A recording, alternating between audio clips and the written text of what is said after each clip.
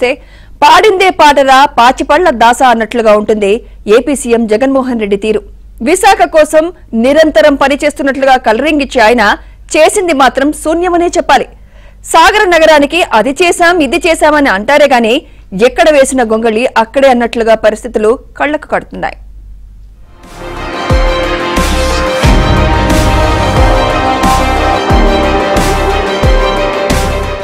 ఆయన అబద్ధాల పుట్ట, అసత్యాల మేడలో మొద్దు నిద్ర నటించే ముఖ్యమంత్రి.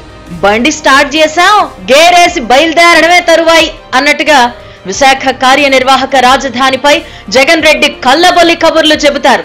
ఇప్పటికి ఎన్నిసార్లు విశాఖను ఎగ్జిక్యూటివ్ రాజధానిగా మార్చారో ఆయనకే గుర్తుండదు. అయినా ఇదిగో వచ్చేసాం అని తెగ కబుర్లు చెప్పేస్తారు. విపక్షాలపై నెపం వేసేందుకు ఎలాగూ కుంటి సాకులు ఉండనే ఉంటాయి కదా. తాజాగా జరిగింది కూడా అదే.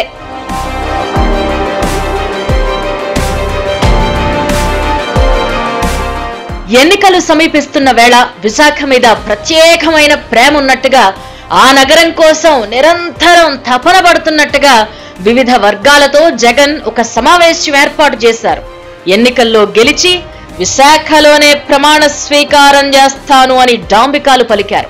విజన్ వైజాగ్ అని పేరు పెట్టి ఒక 40% వరకు వివిధ పారిశ్రామిక వర్గాల నుండి ప్రతినిధులను పిలిచారు.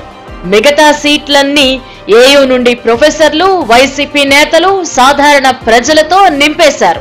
అందర్నీ డెలిగేట్స్ అంటూ బిల్డప్ ఇచ్చారు. పోనీ ఆ సమావేశంలోనైనా విశాఖ కోసం ఏం చేశారో చెప్పారా అంటే అది లేదు. ఉన్న వాటినే తన గొప్పలుగా చెప్పుకున్నారు.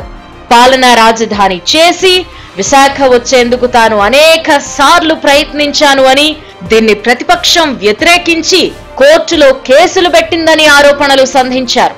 అమరావతి మౌలిక సదుపాయాలకు 1,00,000 కోట్లవుతుందని అప్పటి టీడీపీ ప్రభుత్వమే చెప్పిందని అసత్య ప్రచారాలు చేశారు.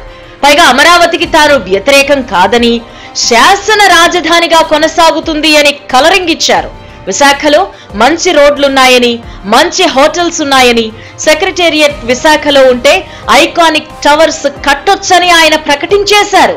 సీఎం వైజాగ్ వస్తే నగరం తానంతటదే అభివృద్ధి చెందుతుంది అని విచిత్ర లాజిక్ ఒకటి జనం ముందుంచారు.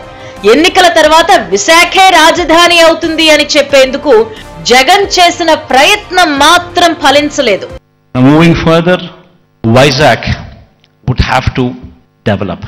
I am assuring you, we have court cases going on, we have so many people trying to oppose everything. But I am assuring you, post-election, my stay would be in Vizag. In fact, my swearing-in ceremony also would be in Vizag. This is my commitment to Vizag. And now, what is the vision for Vizag? 10-year vision. Christen the city as executive capital. Why I was opposed to the idea of having Amaravati as a capital, who advocates the view that Amaravati should also have a legislative capital. And in fact, I'm also one person who advocates the view that Kurnool should also have a judicial capital. Nothing against it. Jagan తీరుపై టీడీపీకి చెందిన మాజీ మంత్రి Ganta Srinivasarao fire అయ్యారు.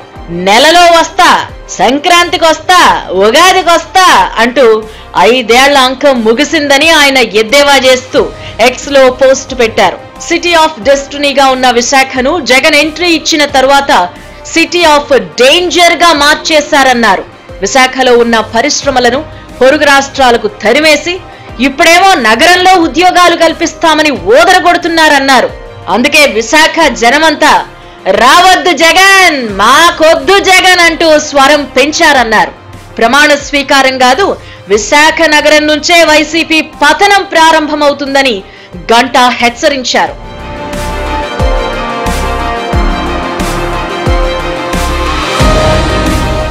వాస్తవానికి vision Visakha కార్యక్రమంపై సర్వత్రా విమర్శలు వ్యక్తమవుతున్నాయి. జగన్ హయాంలో సాగర నగరం అభివృద్ధి పూర్తిగా ఆగిపోయిందని ఆగ్రహం చెందుతున్నారు.